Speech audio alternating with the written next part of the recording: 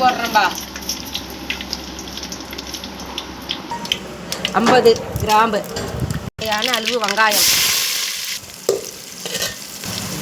தேவையான அளவு தக்காளி, 4 பச்சை மிளகாய்,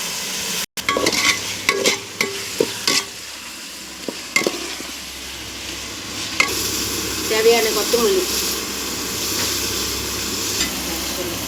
ஒரு கொத்து கறிவேப்பிலை, இஞ்சி பூண்டு பேஸ்ட்டு தேவையான அளவு, தேவையான அளவு உப்பு, தேவையான அளவு மிளகாய்த்தூள்.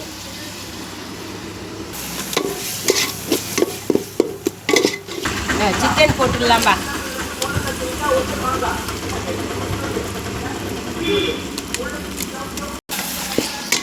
ஒரு பெட்டல் 1/2 மணி நேரம் வேக விட்டா குழம்பு ரெடி.